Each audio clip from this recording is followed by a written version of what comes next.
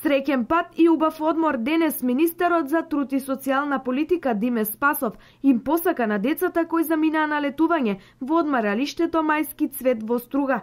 Првата група од социјално ранливите категории, деца со посебни потреби, тргна од Скопје и Куманово. Секоја недела на летување ќе биде испратена нова група. Вкупно оваа услуга искористија над 9000 дечиња, што е значителна поволност на над 9000 семејства кои што се во социјален ризик, кои што примаат социјална парична помош, постојана парична помош или пак детски додаток.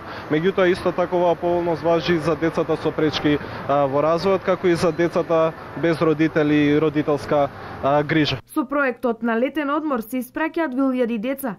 За реализација на проектот се обезбедени средства од буџетот во висина од 8 милиони денари. Децата се пресрекни и се дружат без разлика на нивната социјална категорија.